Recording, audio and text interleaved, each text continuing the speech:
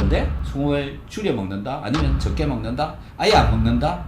네, 이게 몸에 병을 만들어간다. 자, 그렇게 해놓고 어떻게 합니까? 여러분들이 병이 들어서 힘들어가지고 입원을 하게 되면 혈관에다가 0.9% 생리식염수를 꽂아줍니다. 먹지 마라 그러고 꽂아주고. 이게 말이 되나요? 네, 그래서 혈압이 있으신 분들은요, 소변의 염 농도를 재보시고 그 농도가 낮으면 혈압이 있어도 0.9% 정도는 되도록 먹는 게 옳다라고 저는 생각한다라는 겁니다. 계속 좀 적절하게 먹어주셔서 혈압을 한번 체크를 계속 해보시면 됩니다. 소금을 너무 많이 먹어서 혈압이 올라가시는 분들이 있습니다. 소금 많이 먹고 혈압이 올라가면 약도 없습니다. 그래서 소금을 드시는 분들 반찬에 넣어서 드시고요. 혈압을 꼭 체크를 하시면서 소금을 섭취를 하는 게 옳다. 이렇게 해서 영양을 제대로 먹고 있느냐. 첫 번째 물, 그 다음에 공기, 그 다음에 소금. 이제 네 번째가 비타민C입니다. 비타민C 섭취 정말 잘해야 된다라고 생각하는데요. 아니, 비타민C 난 옛날에 안 먹고 잘 살았는데 지금은, 이렇게 말씀을 하시는 분들도 있습니다.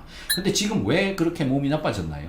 비타민C를 잘 안 드시고 계시는 분들이 누구냐 하면 음식을 끓여 먹는 사람. 왜 끓여 먹느냐? 소화가 안 되시는 분들. 이런 분들은요, 비타민C가 거의 비어 있습니다. 몸도 말라 있습니다. 비타민C 영양소인데요, 과일이나 채소를 통해서 어느 정도는 섭취를 하고 살았는데요, 이제 부족한 나이가 됐다, 그런 생각이 드시면 비타민C를 좀 섭취를 해보는 것도 괜찮지 않겠느냐. 왜요? 혈압을 내리기 위해서. 자, 혈압하고 비타민C하고 무슨 관계가 있느냐라는 건데요, 혈압이 올라가는 이유들 중에 산소 부족으로 인해서 대사가 제대로 되어지지 않아서 몸 안에 염증이 많이 일어나서 몸속에서 활성산소가 너무 많이 발생해서 이게 제거가 되어지지 않아서 혈압이 올라가고 있는 분들도 있다라는 겁니다. 그런 분들을 위해서 필요한 게 비타민C다. 그래서 비타민C를 열심히 챙겨 먹어 보시자라는 거죠. 비타민C 먹어도 되는 거니까, 그렇게 비싼 것도 아니니까, 아무 데서나 파니까, 또 좀 많이 먹어도 아무렇지도 않으니까 먹어보고 혈압이 떨어지면 기적이잖아요. 혈압약으로 평생 관리하다가 혈관이 막 완전히 누더기가 돼 있는 그런 상황에 혈관이 터져버리는 그런 일들도 벌어지기 때문에 혈압 조절 잘 해야 되는데요, 잘하는 방법 뭐냐면 혈압을 아예 정상으로 고치는 겁니다. 여러분들 중에는요, 아무 생각 없이 혈압약을 계속 먹고 있는 분도 있습니다. 혈압이 떨어졌는데도 먹고 있고, 혈압이 떨어지려고 하는데도 먹고 있고, 영양제를 먹고 혈압이 내려가고 있는데도 또 먹고 있고, 이러는 분들, 그냥 먹으라 하니까 계속 먹는다. 또 어떤 생각들을 가지고 계시냐면 혈압약은 한 번 먹으면 평생 먹는 것이다, 그렇게 생각하고 계시는 분들이 또 있죠. 그래서 끊지도 먹지도 못하고 계속 그러고 계시는 분들이 있는데요, 혈압약 끊을 수 있습니다, 내가 노력하며. 그래서 끊어야 되는 게 맞습니다. 혈압약으로 부작용 엄청 생깁니다. 혈압약이 내 몸의 혈압을 조절을 하는 원리를 공부를 한번 해보십시오. 먹지 말아야 되는 약이 돼버립니다. 그렇기 때문에 비타민C 먹고 혈압이 조절된다면 먹어봄직하지 않느냐라는 겁니다. 그 다음에 다른 영양소 많이 있습니다. 소화를 잘 되게 해주는 영양제, 항산화를 시켜주는 영양제, 대사, 순환 이런 것들을 시켜주는 영양제. 저는 이런 영양제들을 1단계, 2단계, 3단계, 4단계 형태로 전부 분류를 해가지고 여러분들한테 설명을 하고 있습니다. 이런 것들만 먹어주어도 당 조절이나 혈압 조절은 쉽게 되어질 수도 있다. 자, 그래서 우선 해야 되는 거, 영양 섭취 잘해야 된다. 그 다음에 먹었으니까 운동해야 된다. 운동하면 피곤하잖아요. 쉬어야 된다. 쉬는 것 중에 한 가지가 잠을 잘 자야 된다. 이 세 가지만이라도 잘 한번 해보셔서 혈압을 떨어뜨려 보는 것도 굉장히 좋은 방법 중에 한 개다. 부작용 엄청나게 일으키는 약을 먹는 것보다 그냥 이런 방법을 택하는 것도 굉장히 좋은 방법 중에 한 가지다 라고 생각을 합니다. 여러분들의 생각도 여기 적어주시면 제가 또 답변을 드리고요, 궁금한 사항이 있으면 계속 질문 올려주시면 고맙겠습니다. 자, 다음 질문 또 한번 보겠습니다. GRE님 오랜만에 뵙습니다. 여기 박사님 말씀하시는 영양제들 기본 비오유키소 등 또 오라킨도 먹고 있는데요, 항산화로 글루타치온, 알파 리포산을 먹고 NAC도 먹는데 괜찮은 거죠? 네, 잘 하시고 계십니다. 우선 한 가지씩 한번 살펴보자라는 건데, 비오유키소 좋죠.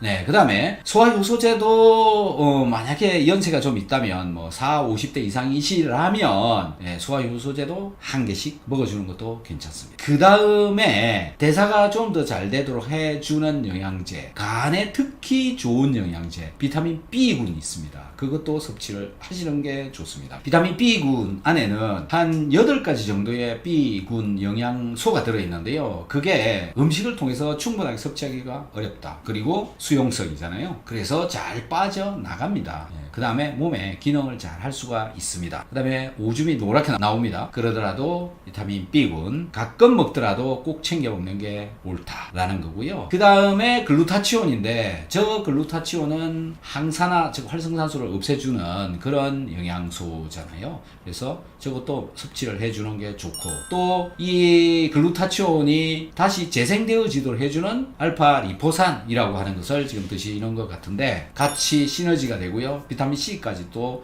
시너지 즉 재생을 시켜주니까 알파 리포산도 같이 드시면 좋죠. 그 다음에 NAC N아세틸시스테인이라고 하는 그런 거죠. 그러니까 저게 다시 글루타치온을 만드는 원료가 되기도 하는데요. 그래서 먹어주는 것 같은데 뭐 일단 그렇게 드시는 건 전혀 문제 없고요. 그 다음에 마그네슘 같은 것들도 같이 드셔보시면 더 좋겠죠. 무엇 때문에 저렇게 드시는지는 잘 모르겠지만 어쨌든 건강한 사람이라도 먹어야 되는 영양제고 어디가 안 좋더라도 먹어야 되는 영양제 중에 중요한 1단계 지금 드시고 계시고 이제 2단계 가시려고 하는데 2단계 영양제가 뭐냐면 마그네슘, 비타민 B, 글루타치온, MSM 저는 이렇게 분류를 하고 있습니다. 이걸 먹어주면 순환과 대사 이런 것들이 굉장히 잘 되어진다. 그 다음에 3단계 영양제가 항산화 영양제를 말을 하는 건데요. 5대 항산화제 안에 들어가는 것 그게 이제 알파 리포산 저거죠. 글루타치온도 저기에 포함되지만 자 어쨌든 3단계도 지금 드시고 계시고 그 다음에 4단계가 이제 기능성 영양제인데요. 지금 드시고 계시는 오라킨이라고 하는 겁니다. 저건 뭐냐면은 갱년기